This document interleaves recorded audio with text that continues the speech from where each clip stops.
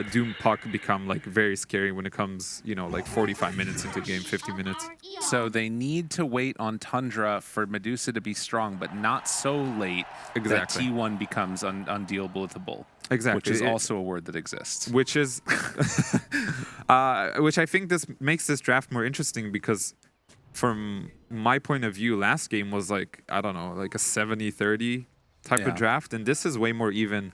I don't know for sure who's going to win because I think I see a way for both teams to win. Whoa. So it really is about who's going to execute better, you know, the plan that they have. What patch is this? 33, going Quelling Blade only with the Helm of Iron Will to start. Oh, he used to do this back when Helm of Iron Will was, I think it was a little bit cheaper. Yeah. On a lot of heroes, you would just spam this first item. But yeah, it's okay. It's good.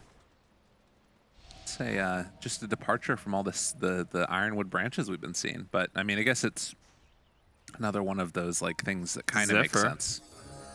Slapping a Duza. Getting in there. Give him the punches. Why not? Wait, that one second. Hold up. I just realized Kuku's playing Phoenix. Yeah, that's a switch. Huh. That is a switch. That's kind of odd, actually, because does that change the sort of flow of the game that you were talking about? It does, because I think Doom Core, like it has some vulnerability, right? We talked about the Beastmaster and the Weaver, this overwhelming physical damage, but I do think Doom becomes pretty strong later on, and I think it's a pretty okay lane against Medusa. You can kind of just sit there and farm. But Phoenix Core is it's different. It's definitely different. Oh, what did you say sad about? Oh, I didn't just see. All chatted. I don't know what happened there. It's kind of interesting. Yeah. So, okay. Phoenix Core definitely changes things up a little bit. I'm curious to see how this plays out. And the lane I'm looking at the most for sure is going to be top lane. Because it's going to be a race of whether 33 can get to his Helm of Iron Will before getting basically burned down. But you can already see that they had this predetermined plan on how they were going to play this lane, where Saksa goes for the pool, and 33 is going to get his Helm for free after this. So he already did not get punished, actually. So a good start for 33 in this top lane. And so, let's see, how many did he get of the first creep wave? He only got 2 last hits in the first creep wave, and he still is going to have enough to get the Helm of Iron Will. That's definitely one of those moments where it's like, okay, they did the math. How many creeps do I need out of the first 2 waves to be able to do it? And he went axes first to secure that he was getting those creeps. Yeah, it's really important as well that he actually did not lose any HP in the process. So they're sitting, you know, happy in the top lane. Yeah. It does have to be brought out. Lines? It's the lava. I lava you. Okay. Bottom lane, let's see what creeps out. Actually, it looks like he just ate a lane creep. He did not look for a neutral creep on the Doom. Carl giving the tip to 3-3, who sent his boar over to secure the water rune there. Wow. Pretty high level plays coming out. That's some 33 things, you know. This guy, he always does these like little things. Skitter gonna get gone on a little bit down bottom here. Brought down all of the mana. Does have 6 charges, so won't be going down, but just annoying for Skitter to be brought down like that. Yeah, I do think when Phoenix gets level 3, this lane does become pretty hard for Skitter. But we'll see. It's a bit weird. It's a little hard for me to try and estimate how this lane goes, because I usually don't see this Phoenix as a core. Is there anything that you sort of anticipate as like a big difference coming out because it is going to be played in the core? Like, I'm assuming it's just like more levels and stuff going his way, which can only help. The thing is that Tundra has okay egg killers, not the best. They have the Beastmaster Aura with Medusa. But I do think in the early stages of the game, like having a high-level Phoenix is going to be very hard for Tundra to fight into. Okay. So maybe that's the thought process here. We'll see how it turns out, as we do see that Beastmaster goes for 2 in Wild Axes, which is... I was about to ask about that. Yeah, that is interesting. Maybe he doesn't want to max out the board just because he's playing against a Crystal Maiden. But this is not something we see very often. Really interesting. Saksa makes the rotation all the way over towards bottom now and is going to run right into Carl, trade a couple hits, and get some pretty good damage on there. And that means he also can't go for the bottom rune. So a very frustrating situation. Whitemon's going to get the deny, and Saksa makes the move to try and punish Carl a little bit more. Already used the orb. Yeah, both supports doing a good job of like helping with the runes here, because you can see both Void Spirit and Puck are very low on regen. So they must have been communicating to their team like, hey, you know, come help me get this rune, and good job by both, actually. Carl goes all the way back home. Skitter throws out the snake down bottom and takes a good amount of damage. Whoa. Yeah, that is the creep. That is the creep you want. Oh, jeez. Definitely top 3 creep in the bottom lane. And Cuckoo is level 3. Skitter, they're pretty low on regen in this bottom lane. So I think it's only gonna get better for the Phoenix, because Duza is a very slow target, so it's pretty easy to hit your Fire Spirits. There was also got to keep in mind the benefit that you're getting as Bloodseeker, because Medusa is down, well, was down fairly low, so we'll have to keep our eyes there. Wait a minute, a little bit of a jaunt in. Carl trying to go for the solo kill onto 9 here, getting the creep wave in on top of him, trying to survive, but Carl draws first blood, solo kill on the Void Spirit. Nicely done by Carl. And down bottom. Bottom. Yep. They're second too late, but yeah, they were whittling her down for a while. Yeah, Carl, it's his best hero for sure. So nicely done by him getting that solo kill. That is obviously a very big deal. You know, he's gonna get level 6 already. Maybe they can set up something in the Void Spirit after he heals up. And bottom lane as well, Dudes are going down. And that's something that is a bit of a weakness in Tundra that we see here, is that Grimstroke and Medusa, they do not have synergy together at all in the lane. No. You know, this Inkswell is fairly useless. Whitemon moving in, and 9 does have 2 Astral Steps. Ooh, good play. Able to dodge away from that coil. Carl has to back out, but they are still pushing onto 9 a little bit here. There's a rotation coming in from the Grimstroke, and they decide to turn. And with the Inkswell, Zephyr, he's going to get caught. He's going to get slowed. Will he go down in the end? Infernal Blade, Carl walks back in for round 2. Saksa forces him away on the Puck, and it looks like Puck should be able to jaunt out and be fine, but the battle continuing, and, well, the CM, that's just what's going to happen if you're left alone. Yeah, I think Carl actually misplayed, because after Void Spirit jumps in for the rune, and he uses both of his Astral Steps, the supports of T1 were chasing him, and Carl just decided to go away instead of chasing with his supports, and I'm pretty sure he would have been dead on 9. Yeah. So I think a misplay by Carl, but anyways, he's gonna get his bottle refilled over. But you can see like it's a battle of this mid lane between the Puck and the Spirit. Both of them heavily contesting the runes, understanding that getting a rune could mean like a momentum shift in the game. And we are gonna see a smoke looking to go towards bottom lane here. Yeah, maybe get some wards down as well. Whitemon's got a couple of them. As nighttime is out, and Skitter, only with the treads, has some stick charges as well, but Zephyr walks right in, spots him, and oh, guess who they're going Goodbye, into? sir. Yeah, that's a problem. Skitter's just gonna get ran at and finished. Yeah, this Duza is not having a good start, so I guess what they did with the Phoenix was good. Like I wasn't entirely sure about it, and they're proving that it's working out, so good call by T1. But at the same time, 33 at the top lane, he's been having a completely free game, even though he first to this hero, and T1 basically got their choice of how they want to deal with this Beastmaster. He has a completely free game, has the Dominator completed with the Dark Troll Summoner, which is a crazy hero. There mid lane though, he does get coiled. Going for him. 9, this would be a big kill. If they get it, the regen. It's gonna come too late. Cuckoo doesn't miss uphill. Finishes him off. Very nicely played. That is going to come at the cost of a ton of damage and maybe even the tower taken up top. Oh yeah, that tower is dead. These little skeletons here, they may have gotten a little bit nerfed, but they're still ridiculous. They're so crazy. So yeah, both teams actually have some things going very well for them. You know, T1 with this bottom lane doing extremely well, and now the kill onto mid lane. And top lane, the 33 Beastmaster is gonna take over the game, and he did max Wild Axes, which is very rare. They are gonna go on top of the Roar here. And maxed out Wild Axes do a ton of damage with the rally. They're all getting damage amped from the Wild Axes. Yeah, I mean 33 is such a player. I love this guy. Mid lane. Oh, going in, and all right, maybe a little bit of a turnaround there. Carl gives him the wave. Won't end up getting the chase or the kill. If there's something to be said about Southeast Asian players, is that they have very good understanding of when to taunt and when to tip and when to high five. I like that. That's good. It's always an important quality to have in a player. Yeah, Carl is very good at. He's definitely like kind of BM, but like in a pretty funny way. Yeah, that's what you want to be. As long as it's not mean or whatever, it's all good. Yeah. So yeah, 33 taking over this game. I'm very curious if we get to talk to him specifically. I want to know why he decided to go for this Wild Axes. Is it just because of the Crystal Maiden, or what the thought process here?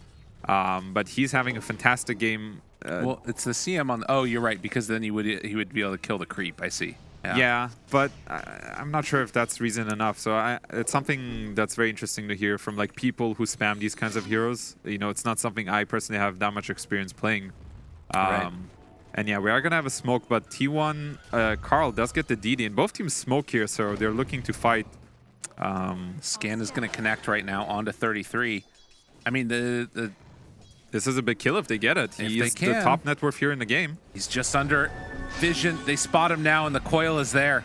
Zephyr follows it up. Whitemon, look, he's dying to skeletons. Dude, the one round of axes, and they bring him down. He will end up falling, and on the other side, 9 gets the TP away. Oh man, the CM is like just walking into the army of the dead, get one axe in the face with a bunch of little skeletons just melting her. I mean, it is kind of crazy, right? Like it's 24% damage amp, I think. Maybe it's more than that, because you get like what, 2 stacks or something like that of the axes, and then that's on all of those little skeletons. Yeah, that is a good point. Actually, I forgot to read the spell. Damage amp per stack 12%. So with the skeletons, maybe that is a thought process that you get this Dominator creep and then you get the damage amp. But really cool to see. I love it. The enemy of Phoenix is everywhere. The silence comes out right there. Well, I actually do manage to just burn him down. Yeah, and 9's in trouble. He does have 2 steps here, but he's so low, and they're gonna see him with the thirst. Chase in, and Whitemon just drops the ulti. Crystal Maiden, boys. Feels so good. This could have been your mid. Just imagine. And actually just dies to the CM. He ran through it. Oh no, and now another one's biting the Dust Skinner. In some trouble, leashed up. Carl taking the tower, tanking it down, but they get away. No, Cuckoo ends up dying. Wait, what? Cuckoo kills Skinner. Skitter dies. What? Yeah, wow. That was, look at the damage done by this CM. Actually, she didn't do the highest damage, but she got the biggest style points because she just went full on Frozen on them, like behind the tower, singing her song. Everyone's coming in and just dying to Whitemon. And this ultimate on CM is so powerful. It got buffed. It's a bigger movement speed slow. The cooldown's reduced. The explosion damage radius increased. So this ultimate is very, very powerful. Right, and the explosion damage radius, I think a lot of people sort of mix up. The AoE is what's changed is the radius when they give that number. So it's actually like a 40 unit area that's being covered more than it was previously. And when you have all those explosions, you suddenly start getting hit by multiple when you otherwise might have only gotten 1 hit on them. Yeah, so I don't know. Elsa's looking pretty good. That's right. No copyright issues here? Or I don't know how it works on stream, guys. Sorry. I'll also say, I think it's Whitemon that was the guy that liked to sing a lot. He streams a lot, you know? It's perfect. I mean, it is one of his favorite heroes, so it all makes sense. And let's see like how 33 wants to continue in this game. So he is going to go for the Helm of the Overlord as his next item of choice here. And yeah, let's see. There's going to be a fight breaking out in the mid lane. Dude, the Cuckoo does so much damage with the Spirit Vessel ready. Like, he's gone for 3-4-1 build on Phoenix. I don't know if I've seen that before. Yeah, I think this is something you can do kind of only as a core Phoenix, because so Icarus Dive got buffed It deals a little more damage now. Yeah. And you're not really playing on the Sun Ray. You're playing on basically diving in and launching Fire Spirits. And because you're going to be a high level, it's going to deal a ton of damage. And your egg is usually going to be, you're going to have a higher level egg. So you're going to be able to tank more. So I do think as a core Phoenix, this is kind of valid. And actually would have been cool to see if he went for the Icarus Dive slow talent, which he didn't. But I was theorizing that it's actually one of the best slows in the game. If you read it, you go from 25% to 50% slow, which is kind of insane. At level 10 too. Yeah. So it would have been cool to see. He didn't go for a disc game, maybe because he's playing against Weaver and Void Spirit. But it is good against Duza in particular. So interesting. it's just some theory stuff. I think Spell Amp is usually what people would go for anyways. Yeah, I mean, he's still doing a ton with that. And they are going to run right into Skitter again. Carl walks up the hill. He does not have Stone Gaze skilled up, so I'm pretty sure he's just dead here. But can they get return kills here? I mean, they've used Doom as well, but I think they're just canceling it. They're done. Interesting. Smoke up on the other side, though. 3-3. Look at what he's doing. He's got the Helm of the Overlord, or Helm of the Dominator locked. So, okay, now he turned it. Yeah, there he goes. Gets out of there. Yeah, maybe he was sending his creep somewhere. Oh, did he just body block his own Ancients? I think he did. A rare mistake. And he pings it. He actually didn't realize. It's a pretty annoying mistake. We do have a fight bottom here. Dude, Whitemon, he's just going in. Yep. He is going to end up getting at least one of those. The Bloodseeker goes down. Tundra losing 9. And now Roar afterwards on the Zephyr. They try and turn it with 3-3.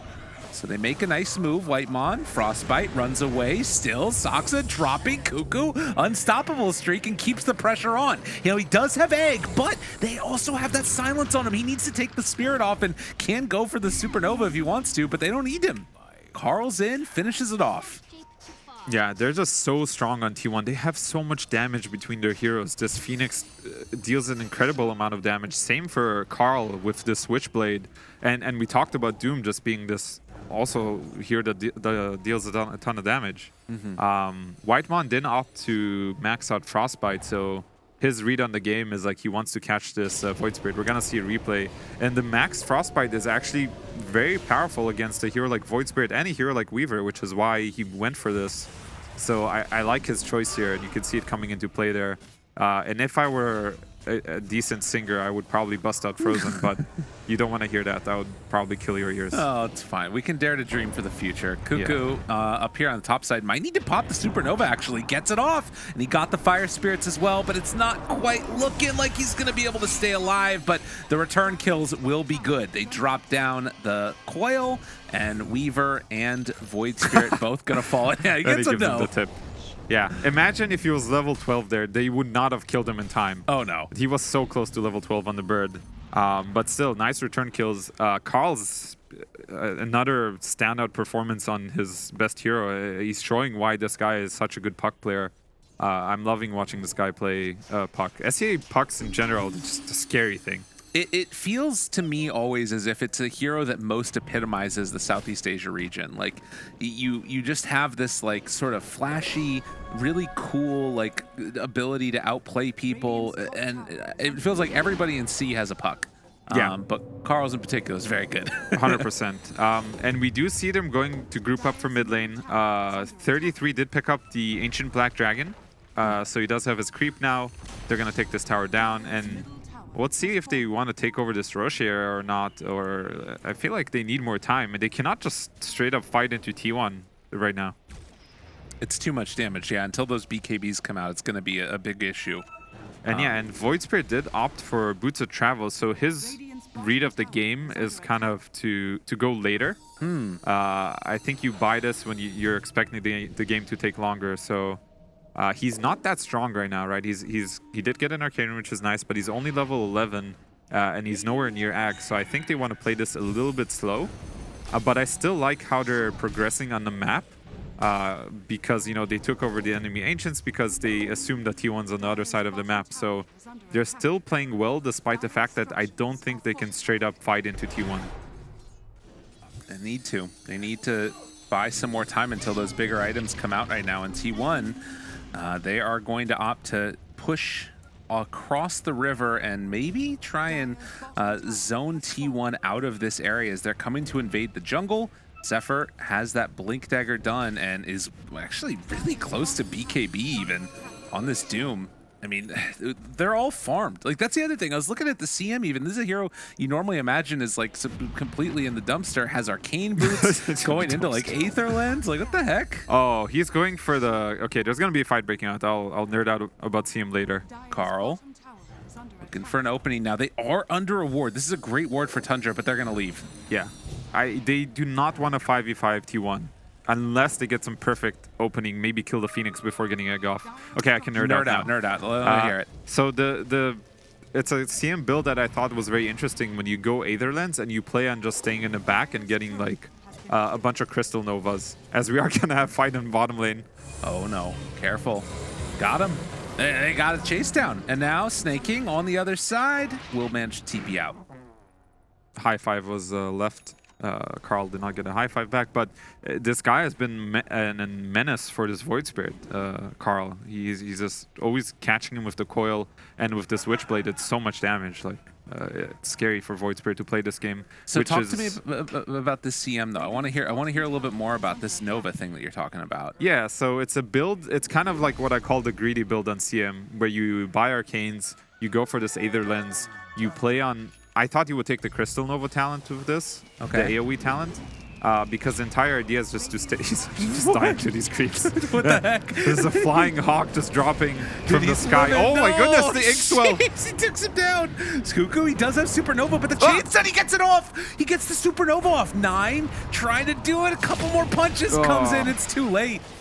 Oh, and they lose a couple, but Zephyr moves in now as well. And oh god, T1, what have you done? It all started with the CM 10 and they're all died. Where was Carl? They needed help. He's not there. I just can't talk about the CM build. I will never complete my thoughts. But no, that's all thanks to 33. He he has the dive bomb, and the dive bomb set that up with the Inkswell follow-up. The bird just dies, you know, gets the egg off, but nobody was there to help him. So very nicely done by 33. Oh, almost got the dive bomb again. Carl, he gets roared. Oh no, are they gonna tip him though? Yeah, they're gonna tip him. You know, I think they might. Yeah, that's might happen. That's the danger of, you know, when we're gonna see a replay of that fight. You can see the bird. He does get the egg off, but nobody's there to actually help him. And it would have been so close if Carl was there, maybe gets a Yules off on somebody.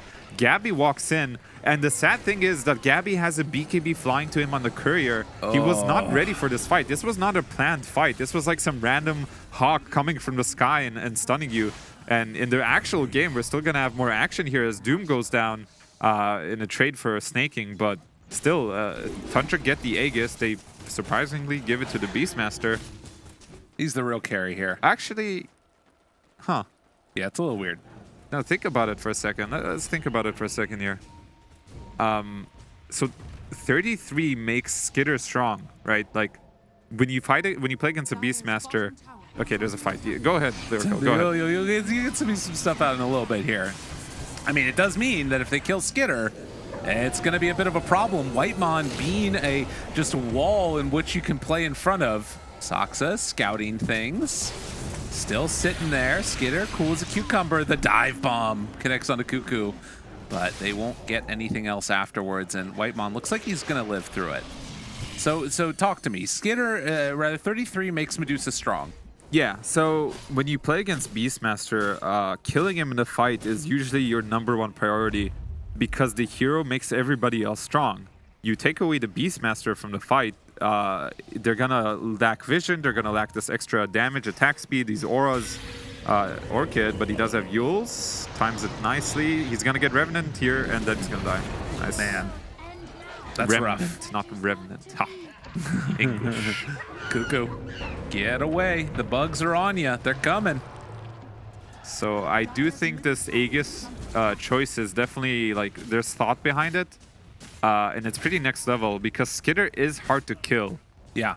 But they can kill the Beastmaster. They kill the Beastmaster, this Medusa is going to be a lot weaker, because I think Medusa is a hero that, you know, you kind of want buffs on her, and that's what the Beast gives you. So it's kind of a cool idea.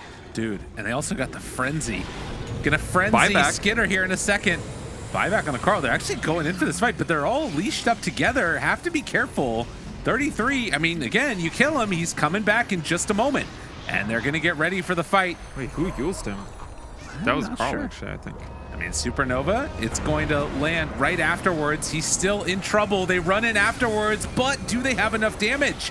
Once that Beastmaster is dead, muted up, doomed up Doom, and Whitemon, oh, gets the ulti, hidden away in the trees, doing what's needed, but can't find anybody else. Medusa is gonna die, time-lapse back in, tries to kill him off, and Saksa will go down. So Tundra now are the ones that lose 4 heroes. Yeah, very, you know, a surprising fight, dare I say so, with the buyback on Carl. I think T1 is like, they're saying that these guys, they have no business fighting us. Why is this happening? So they make the call to buyback on Carl.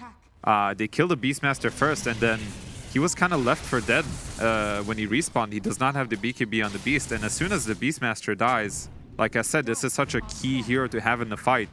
After that, I think it was T1's fight to take. You know, they're just gonna be able to kite around the Medusa with the Doom, and there's just not enough damage coming out of Tundra just yet.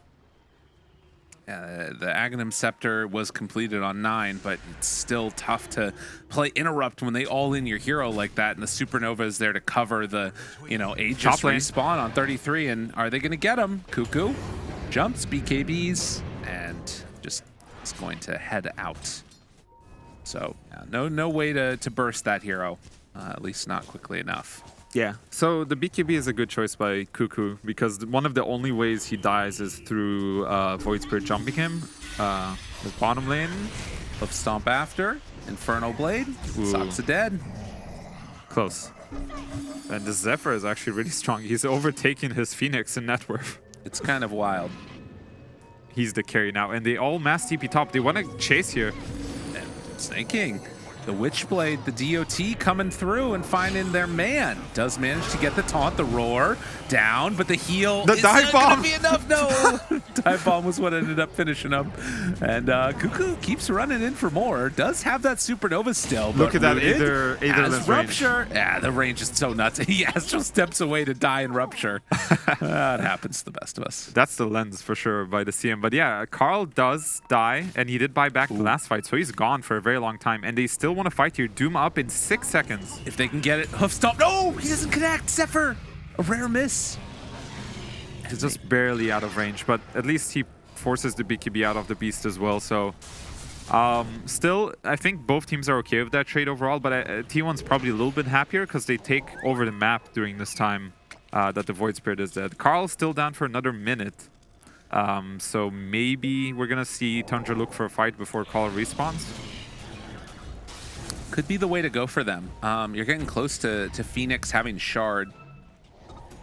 But at least for now, the window for Tundra is definitely there. Watch the TP on the dragon here. Okay. If they're going to look to do something. Oh, he's looking at it. Okay, he's TPing, but they saw it. Yeah, the one creep survived. They can't do it. I saw them prepping, you know, and they do go for the smoke. So Carl's still dead. Like we said, they're going to look to abuse this death timer. This is right as Medusa finishes the Scotty as well. And has Paladin Sword swapped into the inventory. I mean, I kind of feel like this is a window when Skitter does feel incredibly strong. But do you still think it's the type of dynamic where T1's like lineup is really hard to fight into? It all depends on who gets the jump here and who gets to target who. So we're gonna see this level 17 Phoenix still, but there's a fight here. They're all under Hawk. Jumps in though, gets it off. Doom, silence, no, do they have enough to bring him down? Pops the BKB, now gonna run in, turn to stone, and immediately gets destroyed. Rupture onto Dusa, trying to burst the Phoenix and then to get him. Doesn't have buyback.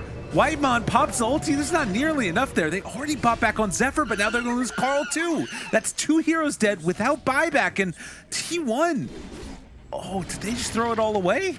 Oh man, he gets to Doom off, but then, you know, Duza gets a Stone Gaze at the same time, so fast reactions. Actually, they're still going to jump on Zephyr here.